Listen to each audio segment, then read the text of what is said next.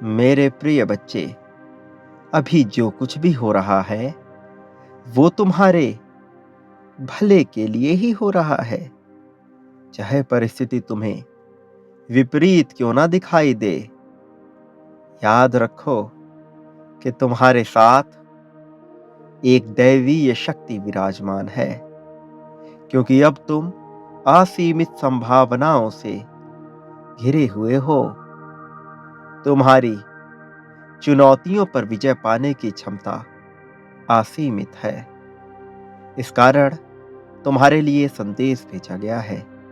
इसे तुम पूरा सुनना, बीच में छोड़ने की भूल ना करना। मेरे प्रिय, तुम्हारे समक्ष कितनी ही चुनौतियां क्यों ना आई हो, स्मरण करो, तुम हर बार उनसे ऊपर उठ पाए हो। तुम्हें माध्यम बनाकर ब्रह्मांड की ऊर्जा रचनात्मक कार्य का विस्तार करना चाहती है। तुम एक विशेष माध्यम हो, क्योंकि तुम वह हो जिससे होकर ऊर्जा प्रवाहित होती है और इस वातावरण में सकारात्मकता का संचार होता है। वास्तव में तुम्हारी सफलता तय है। तुम्हारे भीतर वो सभी गुण विद्यमान है जो एक सफल मनुष्य में होने चाहिए। तुम दूसरों को सत्य का मार्ग प्रशस्त करने वाले, वास्तविकता का बोध कराने वाले सच्चे इंसान हो। मेरे प्रिय, तुम्हें खुद को ब्रह्मांड की सकारात्मक ऊर्जा से भर लेना है, क्योंकि अब यह नियति तुम्हें दिल खोल कर बहुत कुछ देना चाहती है। तुम्हें समझना है कि तुम प्रकाश के पुंज हो और तुम्हारे साथ हर वक्त अच्छा ही हो रहा है। मेरे प्रिय, जिस प्रकार से नदी को बहने के लिए एक मार्ग की आवश्यकता होती है, उसी प्रकार से नियति के द्वारा भेजी गई, प्रकृति के द्वारा भेजी गई सकारात्मक ऊर्जा को एक साकार माध्यम से होकर गुजरना होता है। और इस बार नियति ने तुम्हारा चुनाव कर लिया है। इससे पहले बहुत से ऐसे लोग जो प्रकाश के पुंज रह चुके हैं, प्रकृति ने उनका चुनाव किया है और अब तुम्हारी बारी है, क्योंकि तुम प्रकाश के ऊर्जा के ऐसे स्रोत हो जहां से ऊर्जा अपने सभी दिशाओं में बराबर मात्रा में एक नजर से सकारात्मक रूप में फैलती है। मेरे प्रिय, तुम्हारी जीत बहुत पहले ही सुनिश्चित हो चुकी थी, किंतु जब कोई ऊर्जा का भंडार बनता है तो पहले उसकी कुछ परीक्षाएं होती हैं, ये तय करने के लिए कि क्या वो इतनी ऊर्जा को संभालने के लिए उपयुक्त है। क्या ये वो मनुष्य है जो ऊर्जा का सुचारू रूप से ख्याल रखकर उसका सब में समान वितरण कर सके। मेरे प्रिय, मैंने तुम्हारा मूल्यांकन किया है और मैंने ये जाना है कि तुम्हारे मन में किसी के प्रति राग, द्वेष, ईर्ष्या नहीं है। तुम सदा ही लोगों का भला चाहते आए हो, बल्कि बहुत से दूसरे लोग तुम्हारा बुरा करने का ख्याल अपने मन में लाते हैं। इसके बावजूद भी तुमने कभी किसी का बुरा करने का, किसी को अहित पहुंचाने का कभी प्रयास नहीं किया। तुम कई बार खुद को कमजोर मानकर दूसरों के षड्यंत्र तले दब जाते हो। दूसरों की ऊंची आवाज पर तुम दब जाते हो, लेकिन वास्तव में तुमने कभी किसी का बुरा करने का विचार नहीं किया है। तुमने कभी ये नहीं सोचा कि किसी का अहित कर कर उसे नीचा दिखाया जाए।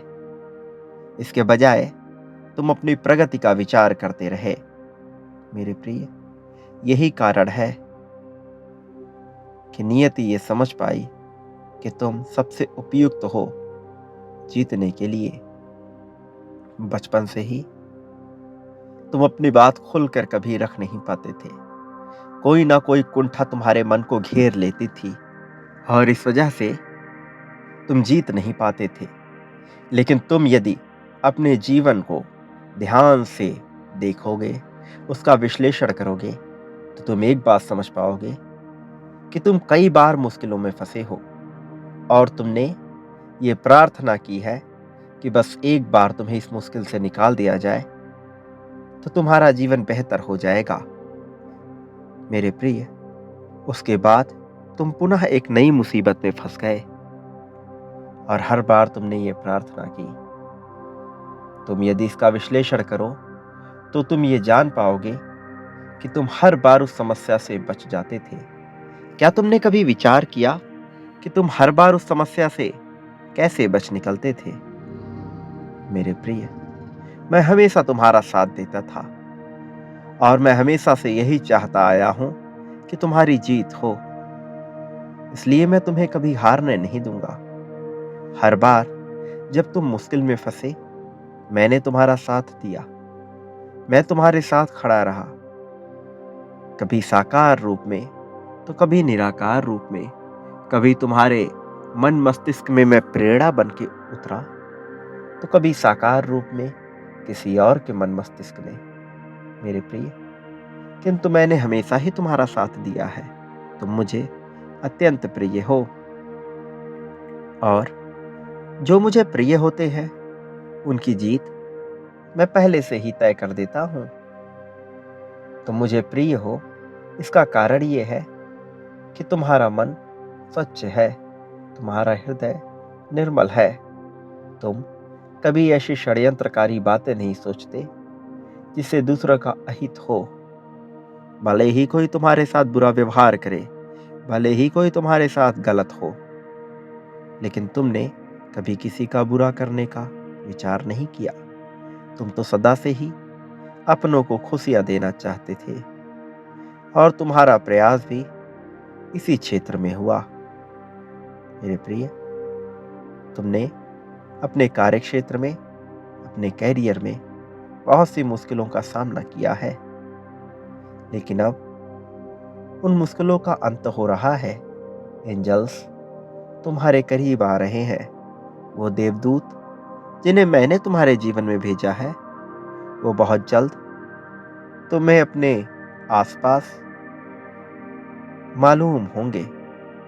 वो तुम्हें अपने होने का एहसास तुम्हें कराते रहेंगे और ऐसा इसलिए ताकि तुम्हारी उम्मीद बरकरार रहे।